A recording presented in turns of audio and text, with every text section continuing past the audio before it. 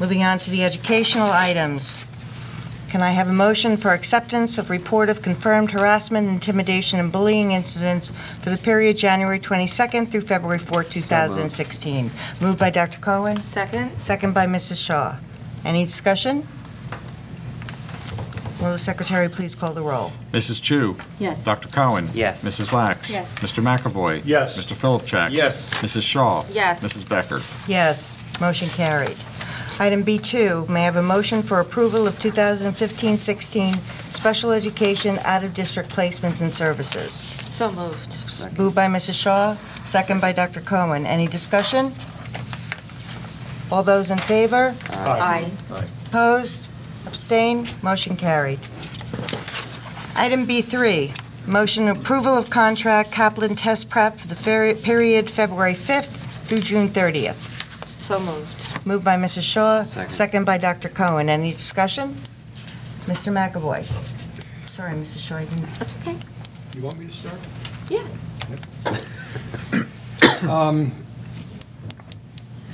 I guess Mr. Giuliano, I'm going to direct this over to, because it is a financial question. I was looking at just playing with numbers and trying to figure out some things regarding these courses that are being offered by the Kaplan test group. I can recall, I'll give you a reference point, I can recall myself teaching the course at the high school, and things were, granted, it's 5-6 years ago, it was a lot different, but let's look at the SAT course, 18 hours of instruction.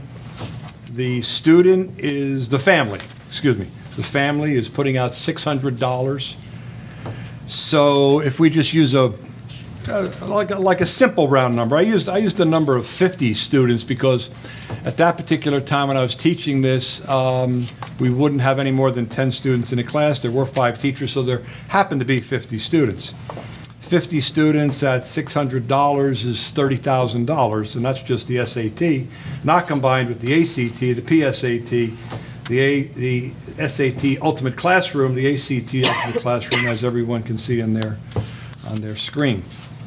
My question is, to begin with, $30,000 for 50 kids in one course.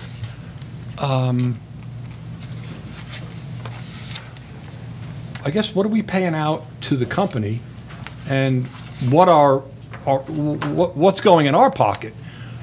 And I'll let you reflect on that, because I think, like, my view, nothing should be going in our pocket because it's so expensive. So, having said that. Well, having asked that question just before the board meeting, I had a quick opportunity to do a little research on the course costs. So looking at the course costs that are available to the general public, this is actually a good deal in comparison to what the program costs outside. So just for example, the ACT course under Kaplan testing, Okay. The 2 lowest courses, of which ours would fall in one or the other, and I'm not sure which on the details, available to the general public, the lowest is $749, and the next one above that is $1,199. So when we're looking at the ACT alone, and I didn't have a chance to research the others, the $599 is a good deal. That refers to the retail of $749. Yes. So there's quite a savings for East Brunswick residents. Yes.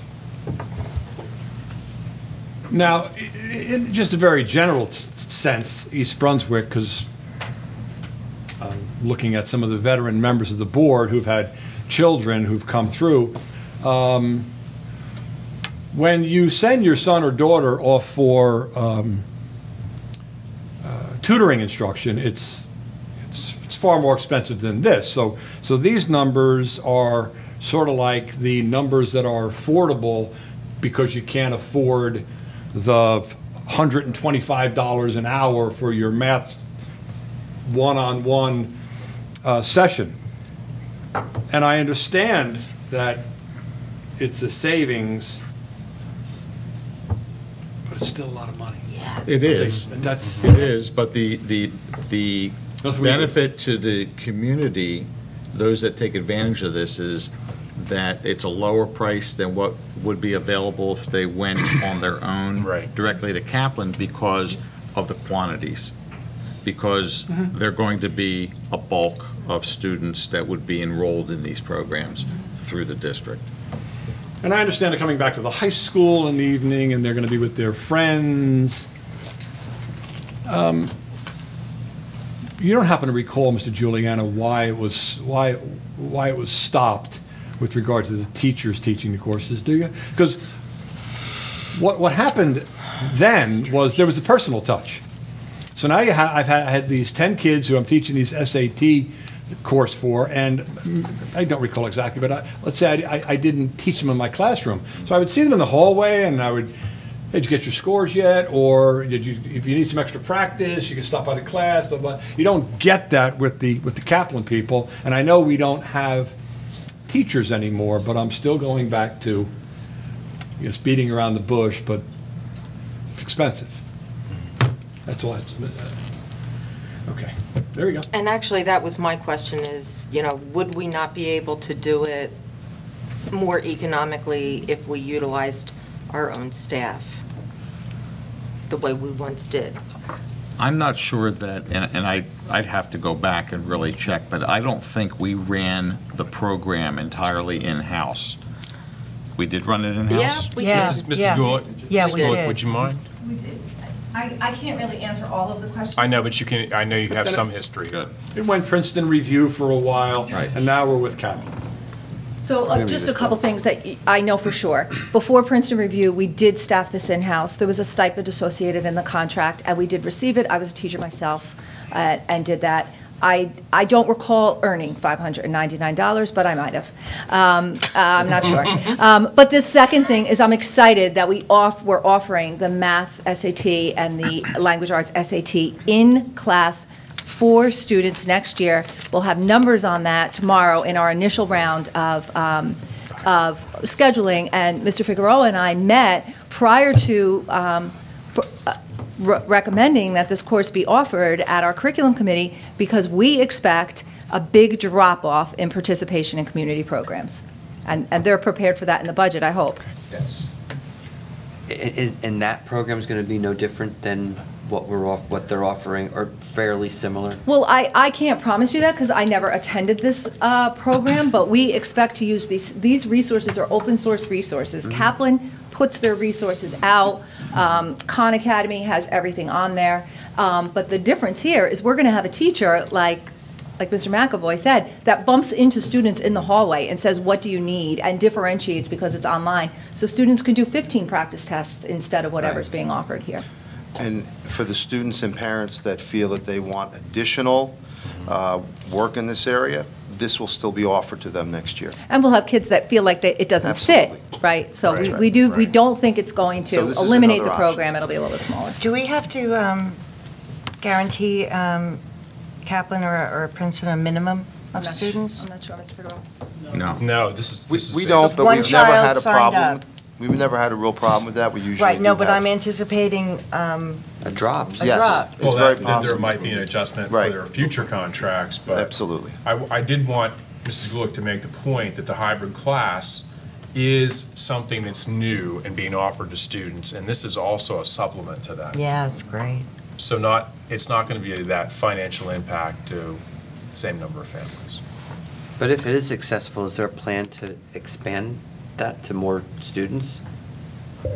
Or you just want to see what it turns out first? Well, I don't know that answer. I'm looking for the scheduling numbers. I expect we'll fill at least 4 sections, maybe 8 sections, and we'll work within Yeah. our staff. We've made a commitment to no new staff. This has to exist within our departments. And we do think we'll be able, in a quarter course, to meet with at least 100 and maybe 200 students. So the And if answer we is need to really, expand it, we'll talk about that. this will be the beta test. Once Yeah. we finish the beta test, we'll have more information to share with the board about if we were to roll it out and expand it, what would be the resources needed to make it happen at a larger scale? And what would it do to impact the schedule and the availability of classrooms and spaces? And a quarter course is going to give the student somewhere in the neighborhood of 50 hours, if we break down a quarter, roughly, versus 18. Right, plus it's no cost. No cost. Okay. I'm happy with the conversation, Mr. Giuliano. Mrs. Shaw, did you have another question? No. Okay, any other discussion? I just had another question just about, there's Princeton Review and there's Kaplan, and, I guess, are they different levels of Yes, intensity? different levels of instruction. So going with two different firms, I'm just curious why it's two different firms, or because they don't offer the same level of intensity? I think it goes to the clientele. I would assume that people can select which one they want to go. Right. And at what level they want their child to be instructed and prep for the SAT.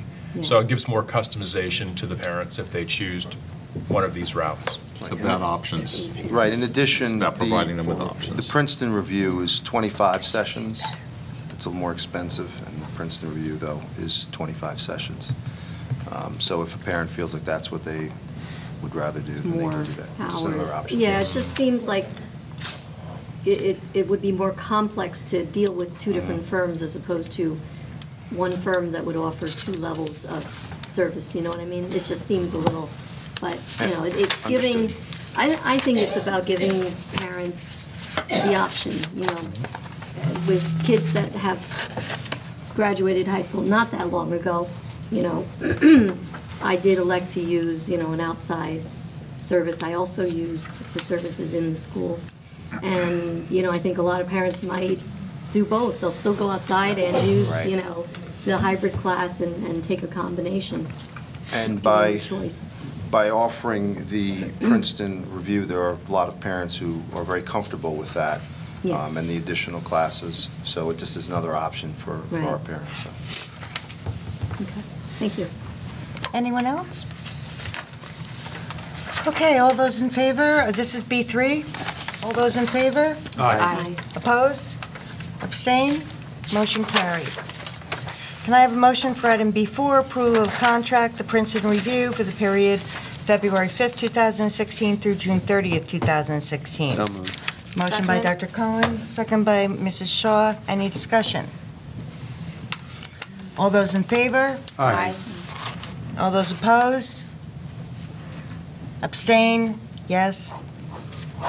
Noted. Thank you. Okay. Item B5, approval of overnight field trips. Can I have a motion? Motion by Dr. Cohen, second by Mrs. Shaw. Any discussion? All those in favor? Aye. Aye. Opposed? Abstained? Motion carried. Item B6, approval of contract, Centris Group effective February 5th, 2016. So moved. Motion by Mrs. Shaw, second by Dr. Cohen. Any discussion? Mr. McAvoy.